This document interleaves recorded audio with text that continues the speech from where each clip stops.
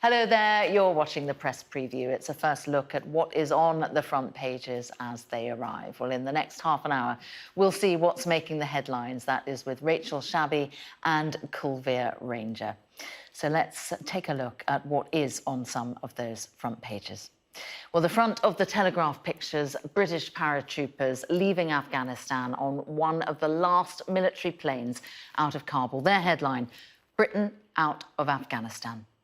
The headline of The Express quotes Boris Johnson's letter to evacuating troops, saying, "We'll be forever grateful."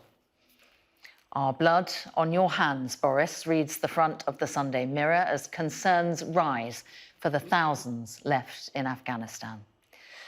And The Observer reports that thousands of emails to the Foreign Office about urgent cases in Kabul were never opened. Their headline revealed Ministry ignored frantic pleas to help Afghans. And The Times also looks to the Foreign Office in what they're calling the Afghan blame game, as they report ministers and officials are accusing the office of negligence. Well, we're joined tonight by Rachel Shabi and Kulveer Ranger. Very good evening to both of you. I think before I want to get into some of those front pages, I just really want to mark what is a historic moment, isn't it? And just really to get your thoughts on 20 years of UK involvement in Afghanistan. Rachel, first to you. Well, I mean, Boris Johnson has spoken about the need to preserve the gains of those 20 years. And looking at it, you have to wonder what exactly were those gains.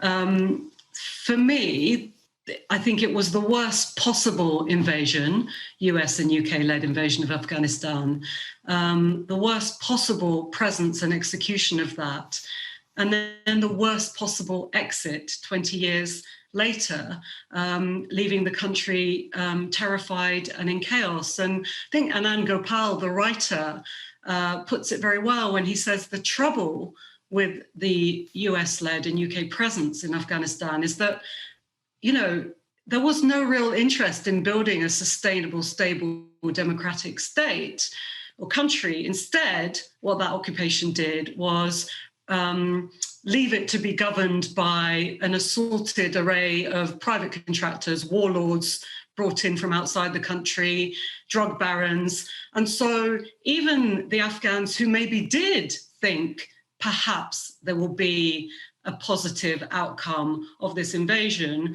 very quickly realized that they were instead at the mercy of a system that was corrupt and repressive.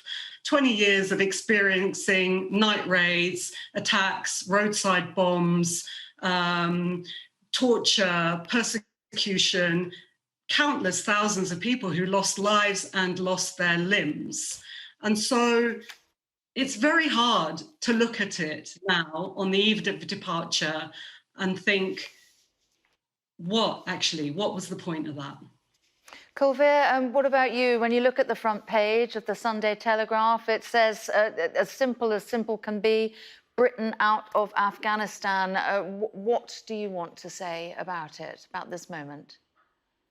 I think the very first thing I would say is probably what a lot of people are thinking is to mark, you know, the solemn sacrifice that so many have made over 20 years, serving our country, serving the purpose of peace and democracy, and serving the purpose of really helping the Afghanistan nation and the people there.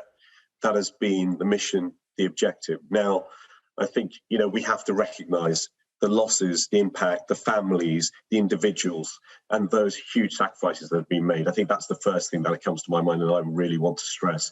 I think secondly, I don't recognize Rachel's entire view there. I've been speaking to friends in the military about what has been happening over the last 20 years, about the efforts that have been put in, the investment, the time, the civic responsibility, the help to that nation. The problem that is absolutely clear right now is how this exit has been handled, and it just has not been handled well. Then we have to look at the United States, we have to look at President Biden and ask some very serious questions about how he has acted in terms of taking the international community with him, having a plan, it seems from all angles there is confusion, there is challenge,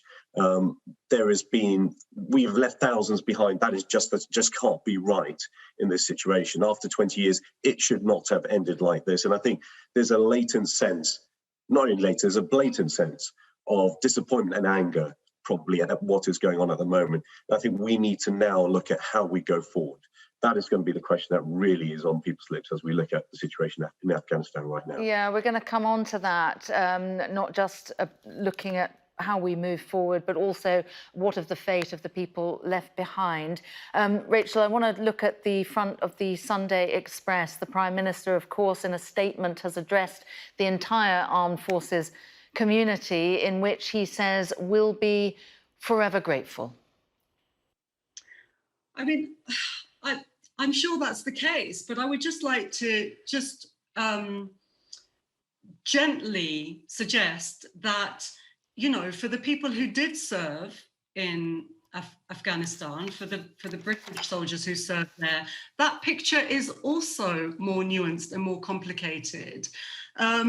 People who signed up to serve their country in that way also were not sure entirely once they arrived and were asked to do what they were asked to do, that mission really was about peace and democracy. So I think we need to be careful of whitewashing the experiences of the military. And I think on the other layer, we need to be careful of listening only to the military. So there are several problems with that interpretation. But it is true that we have left thousands of, potentially, we don't know how many, of people who helped in that effort, not just helping the military, but helping all kinds of British contractors in Afghanistan. Britain had a responsibility to them.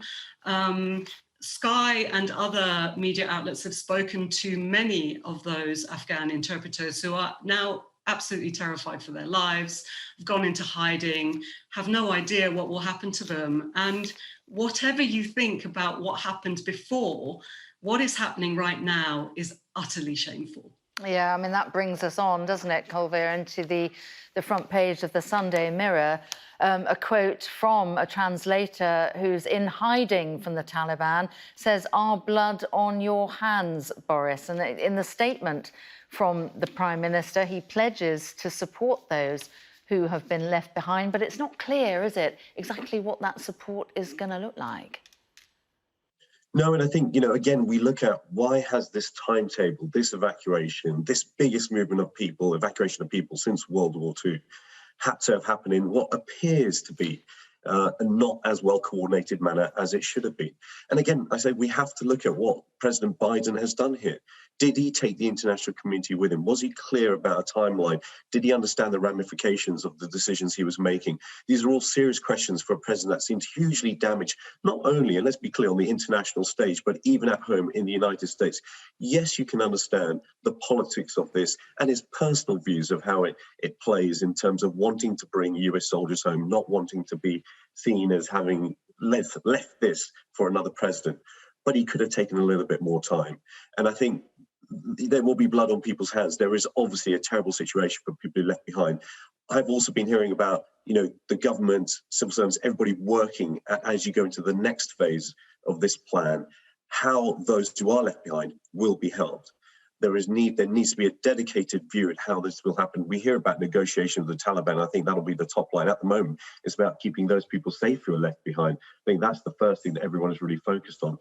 But there is a lot more to be done here. So although this moment, this milestone is a line in the sand, there is going to be a lot more hard work to be done in international diplomacy, by the international community, in ensuring safety of people in Taliban, but also helping whatever government that does eventually form there understand its responsibilities. And I think that's the biggest challenge to the international community. Yeah, final thought from you before we go to the break, Rachel, on the fate of those who've been left behind, people being advised perhaps go to the borders if we weren't able to evacuate you, and sort of vague promises from the Prime Minister in his statement saying there are these various schemes and you can contact the Ministry of Defence for further information and guidance. I mean, where does that leave them when their lives are at risk? I mean, I cannot even imagine being in that state of terror, terrified for your life and the lives of your families, and being told by Boris Johnson, "Oh, just call this number, just get to the border, it'll be fine." I mean, it's absolutely insulting. Obviously, the UK needs to step up its efforts significantly. It has horrible, narrow, almost no safe routes for refugees to arrive to the UK. So obviously that needs to be looked at. And I would just add that, yes, Biden is responsible for the way that this happened, but also the UK officials had a big role to play. Let's not forget that. Let's not let them off the hook. It's not all Afghanistan on the front pages. The Observer's carrying a story about COVID, of course, the main story before Afghanistan came along to dominate the headlines, saying that COVID cases are currently 26 times higher than they were a year ago. And presumably, Kulveer, as we know, this is before schools in England and Wales have gone back. And the strange thing is, Sam, as you go around our country at the moment, and I was in Leeds today watching a bit of the cricket, actually, but to a certain degree, there's a sense that things have gone back to normal. Now, there are still rules in place. People are being careful. In areas, masks are being worn, and we are a bit cautious. But there's a sense of normality. And I think that's a good thing, that the country feels that the vaccination program has been successful, but cases are still there. We are living with COVID this summer. I think the question that we need to ask is, what's the plan for winter? Because we're hearing news about potential booster programs. It doesn't sound quite clear at the moment. And our cases gently creeping up. We hear, as you say, schools going back soon as well. That will probably increase the number of cases in a certain way. But still, how are we going to manage the autumn and the winter? What is the plan? And I think this is the moment that we do need to look to the government and to the health secretary and say, please, quickly set out clearly for us a plan like we had earlier to manage our way to a point of where we got COVID under a certain amount of control. But what is now going to happen with the booster plan? How does that map to the flu vaccinations? And what will be the timelines in the coming weeks and months that we can all be confident about? Yeah, I'm not sure entirely agree with you that it feels like things are getting back to normal, but it's almost so long ago that things were normal that we've almost forgotten. But I suppose to the extent that we are learning to live with it, Rachel, a lot of that is down to the vaccines, isn't it? Yeah, just to put this story into context, it's 26 times the level of infections now than we experienced at the same time last year. So in 1 week, we've got 756,900 people in the UK infected. That is very, very high. And I agree with you that I don't think people are completely feeling like things have got back to normal. I see a lot of people still, not sure, not going out as much, not being indoors as much. And I suppose, that is the right question of how are we going to approach winter. Schools reopening are going to likely cause another increase in infections. And what's striking about all this is that, all the preventative measures before lockdown, i.e., the wearing of masks and social distancing, and actually just putting any effort at all from the government into ventilation, which is the huge thing with an airborne virus, none of that really seems to be present. So those are the questions that need to be asked. Of course, the vaccinations are helping. My own view on boosters are that I don't think wealthy countries that have been hoarding vaccines should be contemplating boosters as long as there are parts of the world, i.e. the entire continent of Africa, where, the majority haven't even had a first jab. So that, I think, is much more of a priority. Yeah, we could go into quite a cul-de-sac, couldn't we, on the whole moral implications of all of the vaccine programme around the world. But before we go to the break, Kulveer, another story on the front page of The Telegraph talking about the funding demands coming to the Chancellor from the NHS. Of course, the NHS has already had £7 billion of additional funding. It had that back in March, but calls to help get it through the winter, as you were talking about, the likely pressures going to be coming then for more money again from the Chancellor. Isn't it? And I think that plays into the point of, if there's a plan, if we can understand how we're looking to manage COVID through the winter, that will highlight then where the funding requirements will be. And I think that's the pressure that the Chancellor will be facing. I'm sure he's looking at it right now. He has been a Chancellor through this crisis who has looked a bit more forward than everyone else is in terms of the plans, the policies, the support mechanisms he's put in place. He's tried not to be too short-termism, even in this vastly, rapidly changing environment. And I think, just to touch on the reverting to normal, I wouldn't say it's back to normal, but what I did see were people out and about, people shopping. You can see the economy bouncing back. You see people want to remain confident. I think that confidence comes from clear plans from government about how things are going. Yes, cases are going up and cases remain high, or to us, relatively speaking, but the vaccine program has been the number one thing that has brought COVID to heel, and we need to keep focused on it. And I think that's the government's real target here, that how do they keep doing that and explaining it to the public. Yeah, so we can all learn to live with it, can't we?